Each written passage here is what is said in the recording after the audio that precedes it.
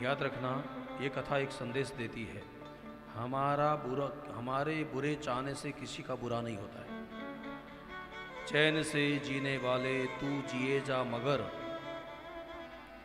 दिल किसी का दुखाना बुरी बात है। वो तो अपने ही कर्मों से गिरता गया, लेकिन गिरे को गिराना बुरी बात है। किसी का बुरा मत सोचो, हमारे सोचने से उसका बुरा नहीं होता है, लेकिन जो बुरा सोचता है उसका अंतःकरण दूषित हो जाता है। और फिर ध्रुव जी के जो माँ बाप थे वो साधना के लिए चले गए, अरण्य में चले जाते हैं।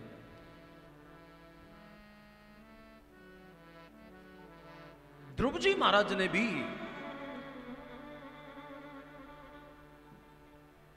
उन यक्षों से युद्ध किया, लेकिन किसी के समझाने पर रोक दिया गया। ये भी जब जंगल में चले गए, अब मेरे भाई बहन वो समय आता है जब सबको जाना पड़ता है। याद रखना, बिल्ली जो होती है ना, वो चूहे को भी पकड़ती है और अपने बच्चे को भी पकड़ती है, और वही मुंह होता है। लेकिन बच्चे को पकड़ती है तो उसमें बात्सल होता है, और चूहे को पकड़ती है तो उसमें वासना होती है। मृत्यु तो सभी को आती है, साधु को भी आती है और संसारी को भी आती है, लेकिन दोनों में अंतर बहुत होता है। जो मृत्यु संसारी को डरा देती है, वही साधु को प्रसन्नता देती है। जा मरने से जग मरे, डरे मेरे मन आनंद। कब मरी हो कब भेटी हो, पूर्ण परमानंद। मृत्यु से बचा नहीं जा सकता, लेकिन मृत्यु को सुधारा जा सकता है। ध्रुव जी महाराज के ऐसी कथा सुनने में आती है कि जब वो विमान में बैठने लगे तो मृत्यु देवी भी वहां सर को झुकाए खड़ी थी, और ध्रुव जी महाराज ने उसको पाद स्पर्श किया और फिर विमान में बैठ गए। जो भगवान के प्रेमी होते हैं वो मृत्यु के सर पे भी पैर रखकर निकल जाते हैं। फिर आगे चल के इसी वंश में अंग नाम के राजा हुए। इनकी जो पत्नी थी सुनीता, ये मृत्यु की बेटी थी। और याद रखना, केवल एक वंश के ही संस्कार संतान में नहीं आते हैं, इसलिए तो कुल गोत्र देखना पड़ता है। और सुनीता के कारण आगे चल के इसी वंश में बैन नाम के राजा का जन्म हुआ। न यष्टव्यम न दातव्यम न होतव्यम दिजा कचित। उसने तो डुंडुबी पिटवा दी है, भेरी घोषेण सर्वसा। कोई यज्ञ नहीं करेगा, कोई दान नहीं करेगा, जिसको भी पूजा करनी है मेरी ही करे। महात्मा लोग आए हैं, एक हुंकार लगाई है और उसके प्राण पखीरू उड़ गए। शत्रुगुण की एक हुंकार बहुत है समाज की झूठी मान्यताओं को मारने के लिए, उन पर प्रहार करने के लिए। लेकिन अराजकता फैल जाएगी, डाकू लुटेरे प्रजा को परेशान करेंगे, तो फिर बैन के शरीर को मथा गया। एक काला कलूटा इंसान निकला, उसको कहा गया निषीदः, लेकिन वो बैठा नहीं, वो गिरी कंदराओं में चला गया। वहां से निषाद जाति की उत्पत्ति हुई है। और फिर बैन के अंगों को जब मथा गया तो उसके दाहिने भाग से महाराज पृथु और बाम भाग से महारानी अर्ची का प्राकट्य हुआ। इसलिए मेरे भाई बहन, आदम को खुदा मत कहो। आदम खुदा नहीं होता है, लेकिन खुदा के नूर से। यानी पापी से भी घृणा मत करो, पाप से घृणा करो, क्योंकि पापी में भी परमात्मा है। बैन इसके शरीर से ही पृथु का प्राकट्य हुआ। ये भागवत की कथा। और पृथु जी महाराज तो बड़े धार्मिक राजा हुए हैं। पृथु जी की तो महिमा ही बड़ी अद्भुत है। बंदी जनों ने जब इनकी स्तुति गान करने लगे, भो सूत हे मागध सौम्य वंदिन, लोके धुना स्पष्ट गुण शमेशात। अभी मेरे गुणों को तो प्रकट होने दो, आप मेरी झूठी प्रशंसा ना करो। लेकिन बंदी जनों ने कहा कि महाराज यही हमारे जीविका का साधन है। तो फिर पृथु जी महाराज को लगा कि हम किसी की जीविका को नष्ट नहीं करना चाहते हैं, लेकिन अच्छे लोगों की कोई प्रशंसा करता है और कोई अगर आपको कहता है कि आप बहुत बड़े दानी हैं, तो इसका मतलब आपको ये सोचना चाहिए आप दानी हैं तो अच्छी बात नहीं है, तो आपको मनन करना चाहिए कि समाज आपसे ये अपेक्षा रखता है, आपको वैसा बनना चाहिए।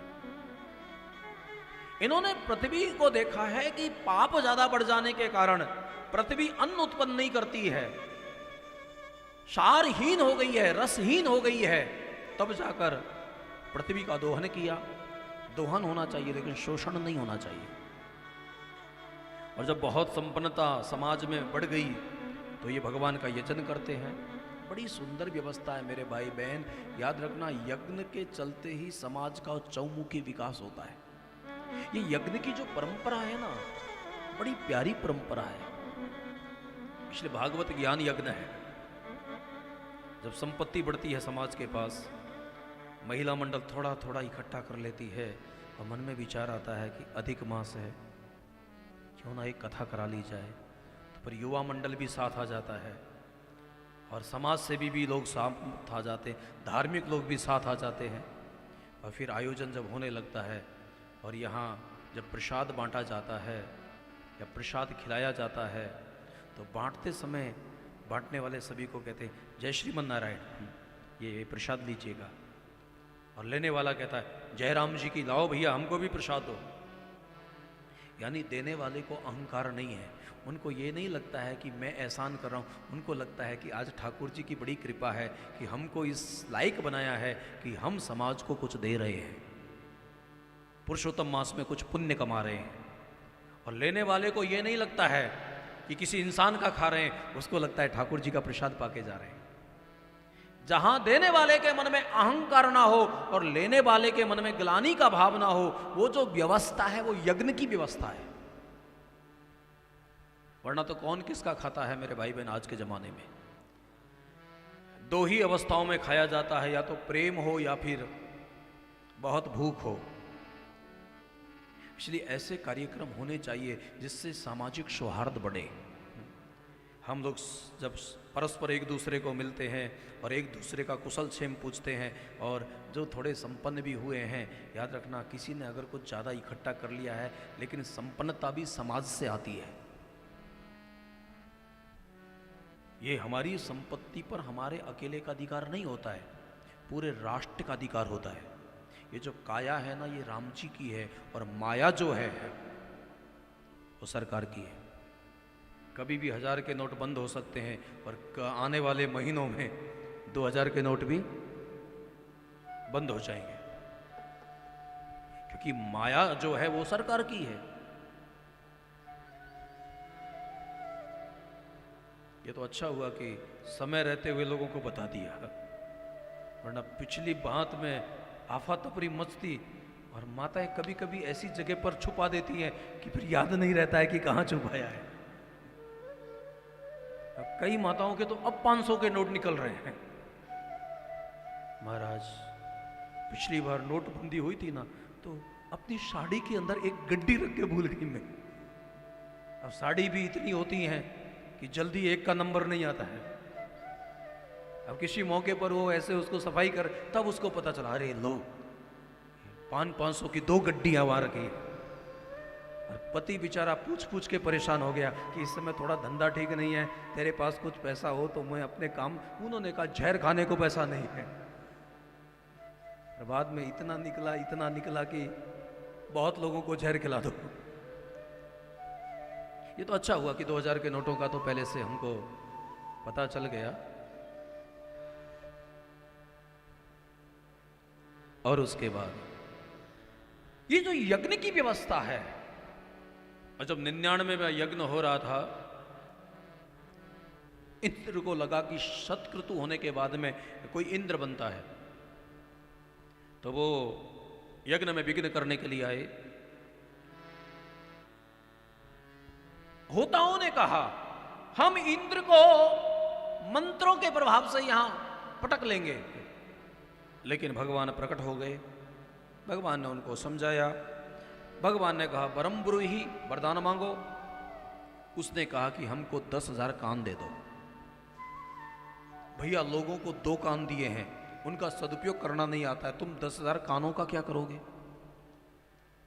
मैं परमात्मा की कथा सुनूंगा। मैंने पहले भी कहा जो भी परमात्मा तक पहुंचता है वो श्रवण करने के बाद ही, श्रुत्वा गुणान भुवन सुंदर शरण बतामते, श्रवण सुजस सुन आय हूँ। इसलिए जितना हो सके अच्छे विचारों का श्रवण करो। ये ऋषि विचार है, ये ऋषि संस्कृति है। हम श्रुति विचारों को बार बार श्रवण करें, क्योंकि श्रवण करने से भी हमारा स्मृति को शुद्ध हो जाता है। सत्संग सुनने से आपको ऐसा लगता है कि कुछ नहीं होता है, सत्संग सुनने से भी आपका स्मृति कोश शुद्ध हो जाता है। ये स्मृति कोश होता है आपके अंदर, ये बड़ा सुंदर विज्ञान है। और फिर उसके बाद में पृथु जी महाराज ने अपनी प्रजा को उपदेश दिया है, हर राजा को चाहिए कि वो समय समय पर समाज को सत्संग देता रहे, क्योंकि समाज जितना चरित्रवान होगा, प्रजातंत्र उतना ही मजबूत होगा। जहाँ अनाचार होता है वहाँ अत्याचार होता है, जहाँ भ्रष्टाचार होता है वहाँ व्यभिचार होता है, जहाँ व्यभिचार होता है समाज में अशांति होती है। इसलिए संपन्न तो लोग हो जाते हैं लेकिन अंदर से प्रसन्न नहीं रह पाते हैं। इसलिए संपन्नता के साथ साथ प्रसन्नता को कायम रखने के लिए हमको चाहिए कि हम समाज को समय समय पर ऋषि वचनों के साथ हम अच्छे विचारों को बार बार रिपीट करते रहें। ये नहीं है कि कथा एक बार सुन ली तो बस हो गया। बरही निरंतर हो ही न पूरे, और सुना जाए और सुना रहे, और जब तक तुम और तुम्हारा मैं बचा रहे तब तक सुनते रहो। सुनते सुनते तुम भी खो जाओगे, मैं भी खोज जाएगा, और केवल परमात्मा ही परमात्मा बचेगा। फिर केवल और केवल जो परम अवस्था जीवन में प्रकट हो जाएगी वो परमात्मा है। इसलिए जब तक वो अवस्था ना मिले तब तक तुम साधनाएं करते रहो। मुहु रहो रसिका भुवि भावुका। मेरे भाई बहन, सत्कर्म का परिणाम है परमात्मा का दर्शन, और परमात्मा के दर्शन का भी फल है संत की प्राप्ति, ये शास्त्रों के अनुसार। यानी पृथु जी महाराज के जीवन में परमात्मा का दर्शन हुआ, उसके बाद में फिर सनकादिक ऋषि उनके जीवन में आए हैं। और जब संत मिल जाते हैं ना, तो संत के मिलने का परिणाम होता है सत्संगति संसृति करंता, फिर हमारा मोक्ष हो जाता है। सब कुछ चीजें मिलना सुलभ है, लेकिन सत्संग मिलना बड़ा दुर्लभ है। तात मिले पुन भ्रात मिले, सुख मात मिले जुगती सुख